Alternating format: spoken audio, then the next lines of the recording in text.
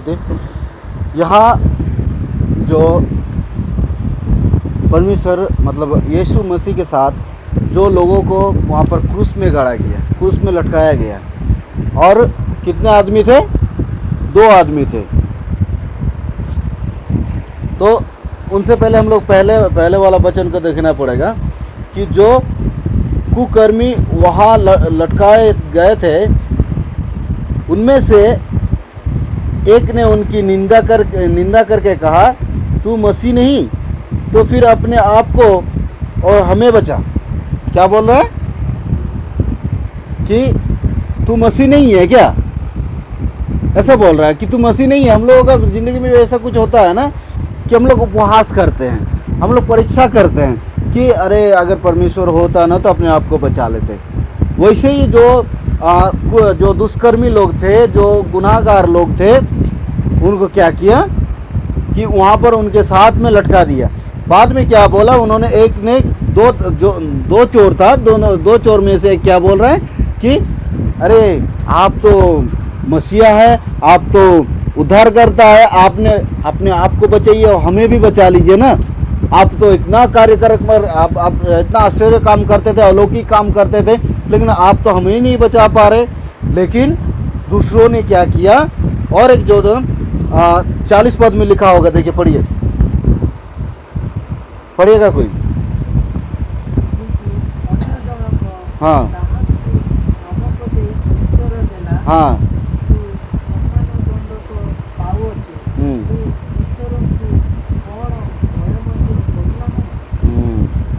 Hallelujah.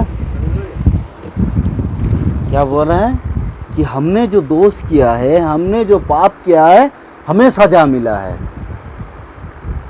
क्या तुम्हें डर नहीं है ईश्वर का जो तुम ऐसा बोल रहा है उनको? हैं? और 41 पद में, हम तो न्याय के अनुसार दंड पा रहे हैं क्योंकि हमने अपने कामों का ठीक फल पा रहे हैं, पर इनका कोई अनुचित काम नहीं किया है। तब उन्हें कहा, हे यीशु, जब तू अपने राज्य में आए तो मेरी सुधि लेना। Hallelujah, hallelujah. मुझे भी याद करना, मुझे भी पुकारना, मुझे भी आपके साथ ले लेना। हालेलुया। तभी उनका मुंह से दूसरा वचन आया कि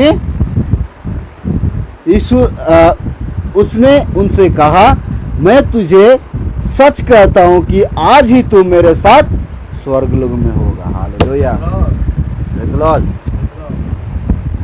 तो आज हमें यहाँ पे क्या दिखाई मिलता है कि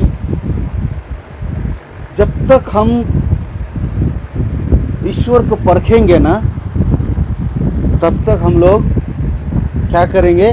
उनका आशीर्वाद से वंचित होंगे। जब तक हम लोग उनको उपहास करेंगे, जब तक हम लोग परमेश्वर के ऊपर परीक्षा करेंगे कि अरे ये सच है कि नहीं, प्रार्थना करेंगे तो सच होगा कि नहीं, हम लोग इतना विनती कर रहे हैं ईश्वर से, इतना हम लोग दिन रात प्रेयर कर रहे हैं, इतना हम लोग प्रभु का वचन सुन रहे हैं, हम लोगों का ज़िंदगी में कुछ काम नहीं हो रहा है।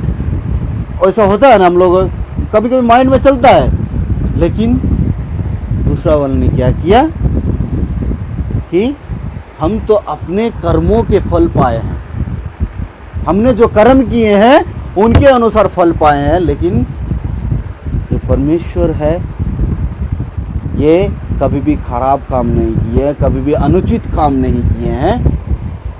तो उनको क्या बोले लास्ट में? वो आदमी क्या बोला कि जब तू अपने राज्य में आए तो मेरा सुधि लेना। ओडिया में क्या बोला है? आपको आप लोगों को समझ में आया? ओडिया में क्या बोला है? 42 में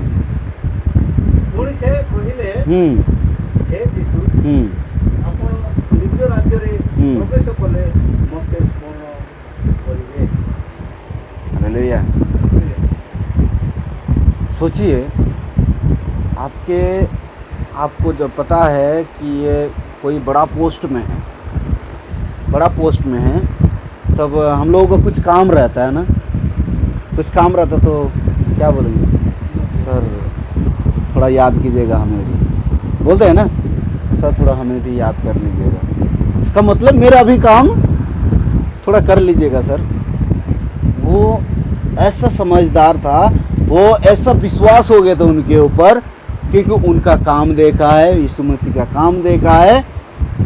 वो जानता है कि ये अनुचित काम आज तक नहीं किए हैं, ये ईश्वर है, ईश्वर का पुत्र है, और वो स्वयं हमारे लिए पापों के चलते ये सूली पे चढ़ा है।